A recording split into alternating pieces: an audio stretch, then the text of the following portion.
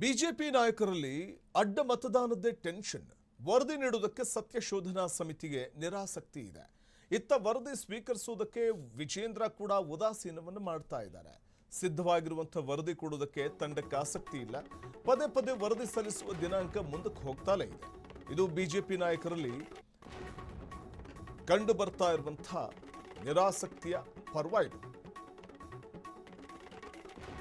MLC city Ravi ಅವರ ನೇತೃತ್ವದಲ್ಲಿ ಸತ್ಯಶೋಧನಾ ಸಮಿತಿಯನ್ನ ರಚನೆ ಮಾಡಲಾಗಿರುವಂಥದ್ದು. ಅದರ ಜೊತೆಗೆ ಈ ವೇಳೆ ವರದಿ ಏನೋ ಸಿದ್ಧ ಆಗಿದೆ. ಅಡ್ಡ ಮತದಾನ ಮಾಡಿದಂಥವ್ರು ಯಾರು, ಕ್ರಾಸ್ ವೋಟಿಂಗ್ ಮಾಡಿದಂಥವ್ರು ಯಾರು ಅನ್ನುವಂಥದ್ದನ್ನು ಪತ್ತೆ ಹಚ್ಚುವಂಥ ಒಂದು ನಿಟ್ಟಲ್ಲೇ ಶುರುವಾದಂಥ ಅಥವಾ ಈಗಾಗಲೇ ರಚನೆ ಮಾಡಲಾಗಿದ್ದಂಥ ಸಮಿತಿ ವರದಿಯನ್ನು ಸಿದ್ಧಪಡಿಸಿದೆ. ಆದರೆ ಒಂದು ರೀತಿ ಅಡಕತ್ತರಿಗೆ ಸಿಕ್ಕಾಕೊಂಡಂಥ ಒಂದು ಅನುಭವ ಆಗುವುದಂತೂ ಗ್ಯಾರಂಟಿ. ಈ ಮಧ್ಯೆ ಒಂದು ಕಡೆ ಸತ್ಯಶೋಧನಾ ಸಮಿತಿ ವರದಿಯನ್ನು ಕೊಡೋದಕ್ಕೆ ಇದೇ ಕಾರಣಕ್ಕೆ ನಿರಾಸಕ್ತಿಯನ್ನು ತೋರ್ತಾ ಇದೆ ಸಮಿತಿ ಅನ್ನುವಂಥದ್ದು ಒಂದು ಕಡೆ. ಆದರೆ ವಿಜೇಂದ್ರ ಕೂಡ ಆ ಒಂದು ವರದಿಯನ್ನು ತೆಗೆದುಕೊಳ್ಳೋದಕ್ಕೂ ನಿರಾಸಕ್ತಿ ತೋರ್ತಾ ಇದ್ದಾರೆ ಅನ್ನುವಂಥದ್ದು ಸದ್ಯಕ್ಕೆ ಕಂಡು ಬರ್ತಾ ಇರುವಂಥ ಮಾತು. ಟೆಕ್ನಿಕಲಿ ತುಂಬ ಕಷ್ಟ ಯಾರು ಕ್ರಾಸ್ ವೋಟಿಂಗ್ ಮಾಡಿದ್ದಾರೆ ಅನ್ನುವಂಥದ್ದು ಪತ್ತೆ ಹಚ್ಚುವಂಥದ್ದು.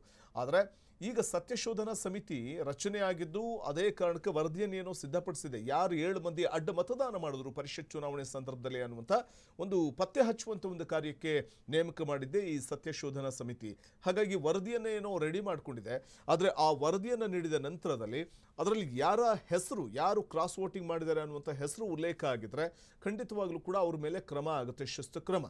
ಒಂದು ವೇಳೆ ಅಂಥವ್ರ ಮೇಲೆ ಶಿಸ್ತು ಕ್ರಮ ಆಯಿತು ಅಂತಂದರೆ ಸಿಟಿ ರವಿ ನೇತೃತ್ವದ ಸಮಿತಿ ರಚನೆಯಾಗಿತ್ತಲ್ಲ, ಆ ಸಮಿತಿ ವರದಿ ಕೊಟ್ಟಿರುತ್ತಲ್ಲ, ಹಾಗಾಗಿ ಈ ತಮ್ಮ ಮೇಲೆ ಶಿಸ್ತು ಕ್ರಮ ಕೈಗೊಂಡಿದ್ದು ಏನಾದರೂ ಗೊತ್ತಾಗಿದ್ದೆ ಆದರೆ ಕ್ರಾಸ್ ವೋಟಿಂಗ್ ಮಾಡಿದಂಥವರು ಖಂಡಿತವಾಗ್ಲೂ ಸಿಟಿ ರವಿ ಸೇರಿದಂತೆ ಆ ಸತ್ಯಶೋಧನಾ ಸಮಿತಿಯಲ್ಲಿ ಯಾರ್ಯಾರು ಇದ್ದಾರೆ ಅವ್ರ ಮೇಲೆ ಸಿಟ್ಟು ಮಾಡಿಕೊಳ್ಳುವಂಥ, ಅಸಮಾಧಾನವನ್ನು ಹೊರಹಾಕುವಂಥ ಸಾಧ್ಯತೆಗಳು ಇರುತ್ತೆ. ಇದೇ ಕಾರಣಕ್ಕೆ ಹಿಂಜರಿತಾ ಇರುವಂಥದ್ದು ಸಿಟಿ ರವಿ ನೇತೃತ್ವದ ಸತ್ಯಶೋಧನಾ ಸಮಿತಿ ವರದಿ ನೀಡಲಿಕ್ಕೆ.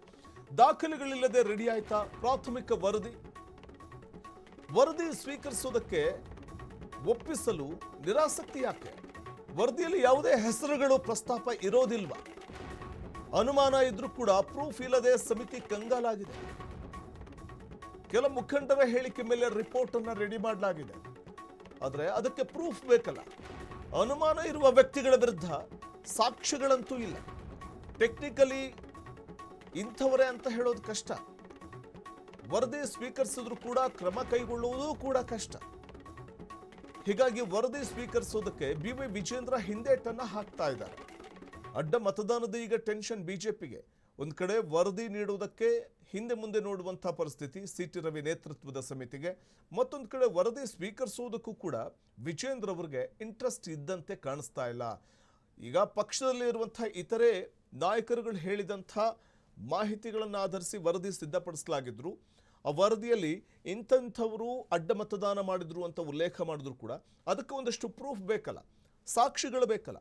ಸಾಕ್ಷಿಗಳಿಲ್ಲದೆ ಹೆಸರನ್ನು ಅಲ್ಲಿ ಉಲ್ಲೇಖ ಮಾಡಿ ಕೊಟ್ಟಿದ್ದೆ ಆದರೆ ಆ ನಂತರದಲ್ಲಿ ಯಾವ ಪ್ರೂಫ್ ಇಟ್ಕೊಂಡು, ಯಾವ ಸಾಕ್ಷಿಗಳನ್ನು, ಯಾವ ದಾಖಲೆ ಇಟ್ಕೊಂಡು ನೀವು ನಮ್ಮ ಹೆಸರನ್ನು ನೋಂದಾಯಿಸಿದಿರಿ ಅಂತ ಸತ್ಯ ಸಮಿತಿ ವರದಿಯ ಸಿದ್ಧಪಡಿಸಿದವ್ರ ಮೇಲೆ ಕೆಂಡ ಕಾರಬಹುದು ಕೆಲವರು.